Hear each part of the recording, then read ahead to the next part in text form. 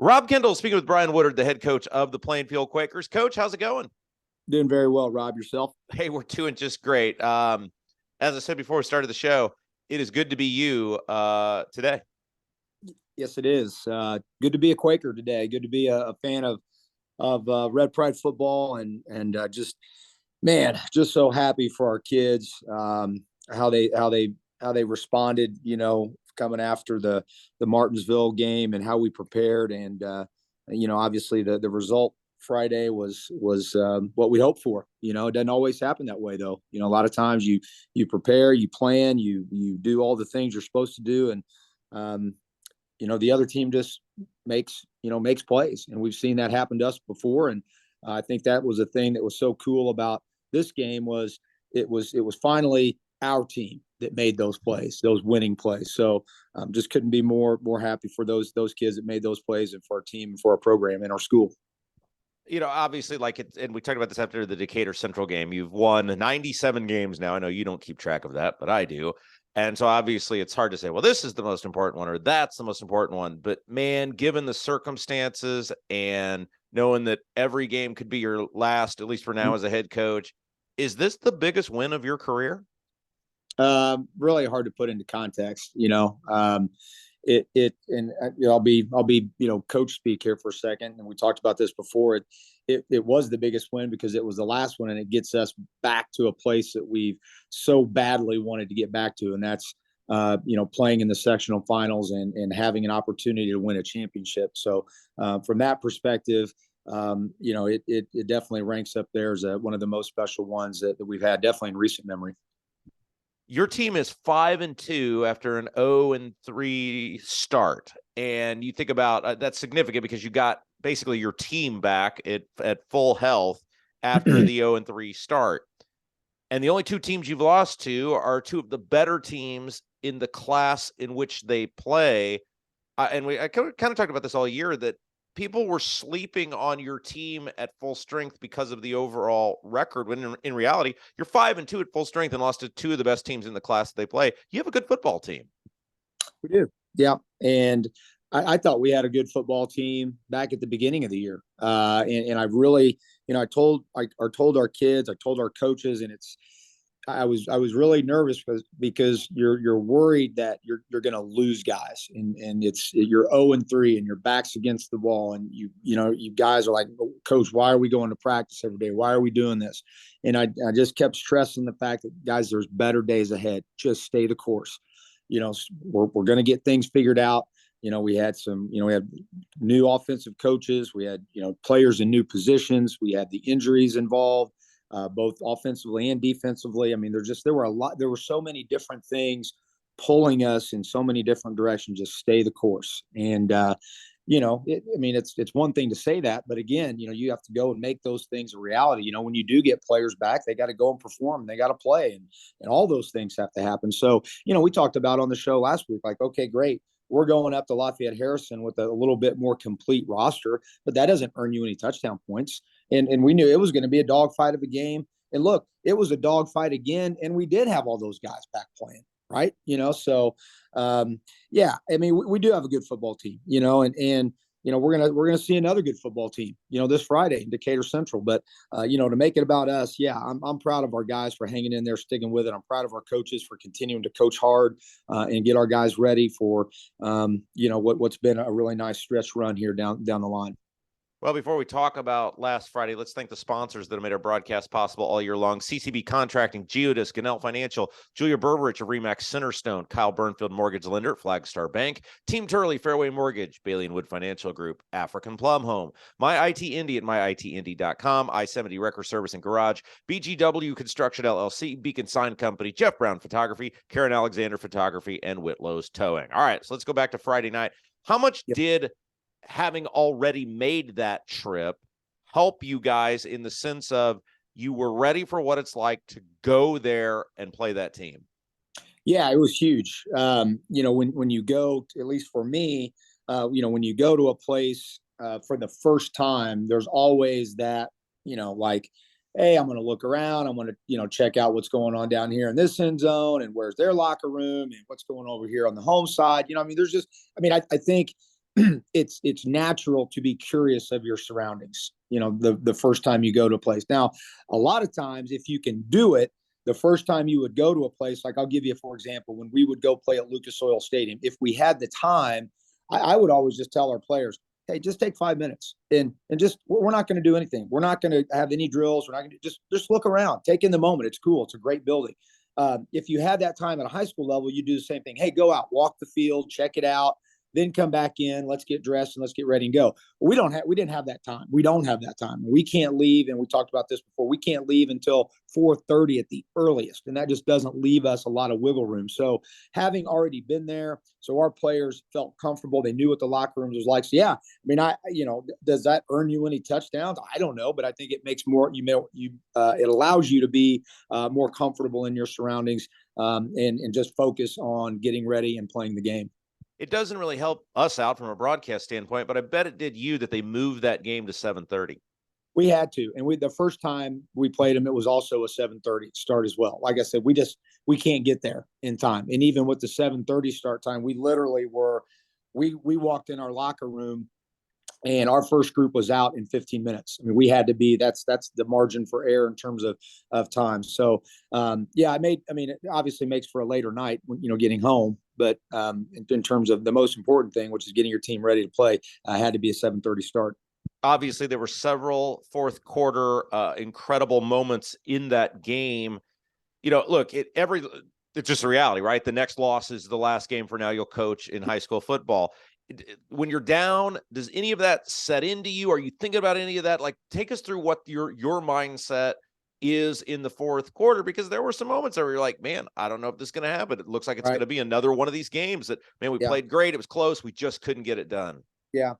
Well, I mean, no, I mean, to answer the question specifically, I mean, you're so dialed in and focused on, what's going on and, communicating with coaches. I'm an outside linebacker coach, and we were having some issues with our edges. So, it's kind of crazy because, I'm trying to get a feel for what's going on offensively. Obviously, I got to help manage the game there, but, I'm trying to get some problems fixed on defense, and you're trying to get, stuff going. I mean, there's just so many different interactions going on a Friday night that it's never, you never really have time to think about the magnitude of what's going on around you. But, you mentioned that, the back and forth. I mean, if you were just going to, like, hey, I'm going to watch a high school football game. I happened to click on this Plainfield High School Lafayette Harrison game. Man, you got a real treat. I thought it was a pretty cool game. No one ever really had the momentum for any significant stretch of time. I would probably argue if anyone did, it was probably Harrison. I mean, they had an opportunity to kind of put us away, but whether, you want to say they made mistakes or we forced the turnover, which I can tell you right now, looking at the film, we forced it. It wasn't like they laid it on the ground. So what a great high school game.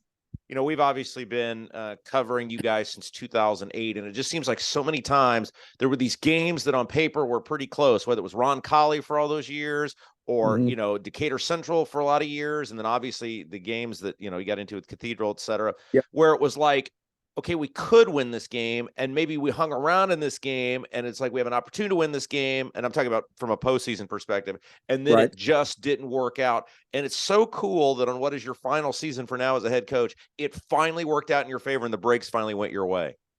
And that's all a tribute to the kids. I mean, it honestly is. I mean, great. It's a great, story, whatever you want to say, just the, to see our guys. I mean, like, two plays stand out to me. Obviously, the fumble strip by Landon Drennan, ball bounces, pops right up to Harrison Herbeck, one of the fastest guys on our team, and takes it for 6. But here's another play. We give up a sack. It's like 4th and 22. I mean, who goes for it on 4th and 22? Well, I'm like, screw it, let's do it, let's go. If we got the right call, let's roll. And Newell throws a perfect one to Grant Irwin, and we score a touchdown on a 4th down play that, I mean, we had no business scoring a touchdown on. And I mean, just, it's those kind of things that, when things are going great, when momentum is on your side, kind of, and things are going in your favor, guys just, I don't know, people say momentum's not real. It is real. I've seen it. I've seen it work for us, and I've seen it work against us. But those are just two plays that you talked about, and we alluded to at the onset of the show of just kids going out and making plays, finding a way for us to get over the hump and be successful. So that was really cool. Before we preview this Friday night's game, let's again thank the sponsors: CCB Contracting, Geodis, Gunnell Financial, Julia Burbridge of Remax Centerstone, Plainfield, Kyle Burnfield, mortgage lender at Flagstar Bank, Team Turley Fairway Mortgage, Bailey and Wood Financial Group, African Plum Home, My IT Indy at myitindy.com, I-70 Wrecker Service and Garage, BGW Construction LLC, Beacon Sign Company, Jeff Brown Photography, Karen Alexander Photography, and Whitlow's Towing. All right, Coach, they say it's very hard to beat a team twice in the same year, especially a team that you beat in overtime the time before. It's Decatur Central.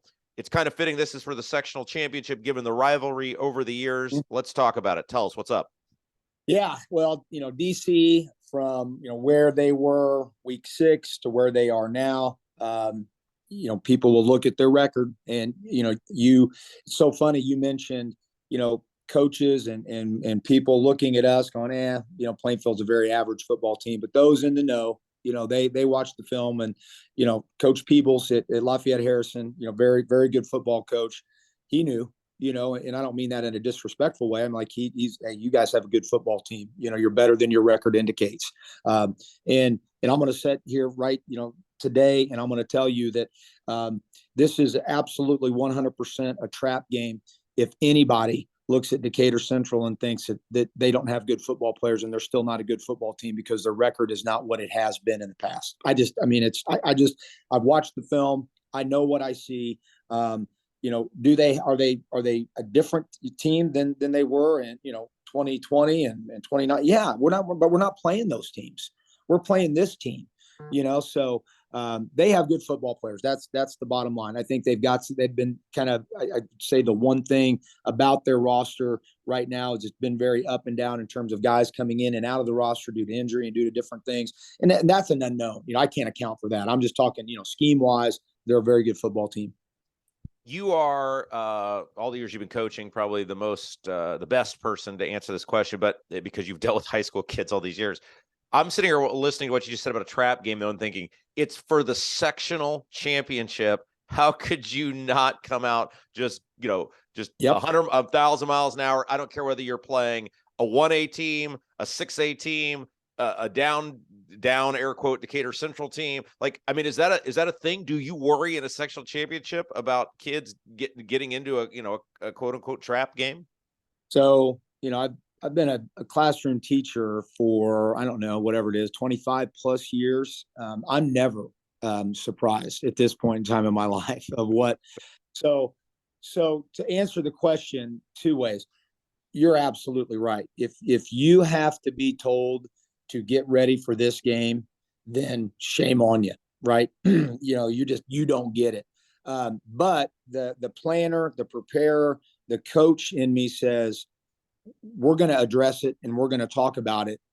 Because if I don't, then I just, again, I feel like I'm not doing my job. I expressed to our players on Saturday, this game on Friday is just that. It's another game. We have to get ready for it in the same way. We have to get us better. We have to prepare to our best. And that if we do everything we can do Monday through Thursday, you have to trust that the outcome Friday is going to take care of itself, regardless of whether it's a sectional final or whether it's not. The difference is there are no more redos. If you get this one wrong, it's over. That's the thing. It's not that you're looking past the game as your player. You're worried about that. It's just helping them understand, guys, we're not going to have a chance to come back in here on a Saturday morning and fix your mistakes. After this one, you don't get to fix them again until 2023 if you're an underclassman. If you're a senior, you never get to fix them. Yeah, because that was my question. He's like, what do you even say? You guys better show up and play. I mean, how do you get a kid? You've talked about this over the years. Like, how do you get a kid ready to play? Well, and I mean, there's the difference between, like, for me, I'm we said this a couple weeks ago. If you're looking for a pep talk, if like that's what you're counting on to get ready for a game, then okay. But for what I feel is, my job as a head coach, especially Monday through Thursday, that's when I get a chance to really impact the game. That's when I get a chance to get my guys as mentally and physically ready to play a football game so that they can just go out on Friday and just flat out play free, play fast, play physical. So, that's how you avoid, or not avoid, but that to me is how I get our guys ready to play a game. It's the process, it's the preparation so that they feel confident and ready to go on Friday. All right, Coach, let's get out of here as we always do. Someone or someone's behind the scenes that make Plainfield football what it is, but don't always get the publicity they deserve. So Friday night was the first time I think ever, at least that's what Mr. Rodkey told me, so I believe him, he's my boss. First time we ever had a fan bus go to an event. And not because our administrators have never wanted to have one necessarily, but it was a student-led deal. And a lot of those students were other athletes on our other teams that wanted to go watch these guys play football. And it's a fan bus, as you know, up to Lafayette Harrison. It's not close. So, I mean, God bless America, man. How freaking awesome is that? Other student athletes wanted to go and be supportive of these guys. And Mr. Rodkey, Mr. Kavanaugh, and Mr. Schwanekamp, 3 administrators, fed them pizza. They got on the bus with them and then took them up to Lafayette Harrison and brought them home. And, I just think that's pretty cool. I shared that with our players earlier in the week to make sure they know there's a lot of people in this school, in this town, in this community that's behind this football team. And now's the time, baby. This is our time. And that just is one little small snippet of how people feel about this group. And we're just excited to go and have a chance to play again in front of our home fans and can't wait to get to Friday. Man, that's just awesome. And I was going to close with, if anybody deserves it, it's you, Coach. Let's get a big win on Friday night, and we'll look forward to talking to you next Monday. Thanks, Rob. I appreciate it, buddy.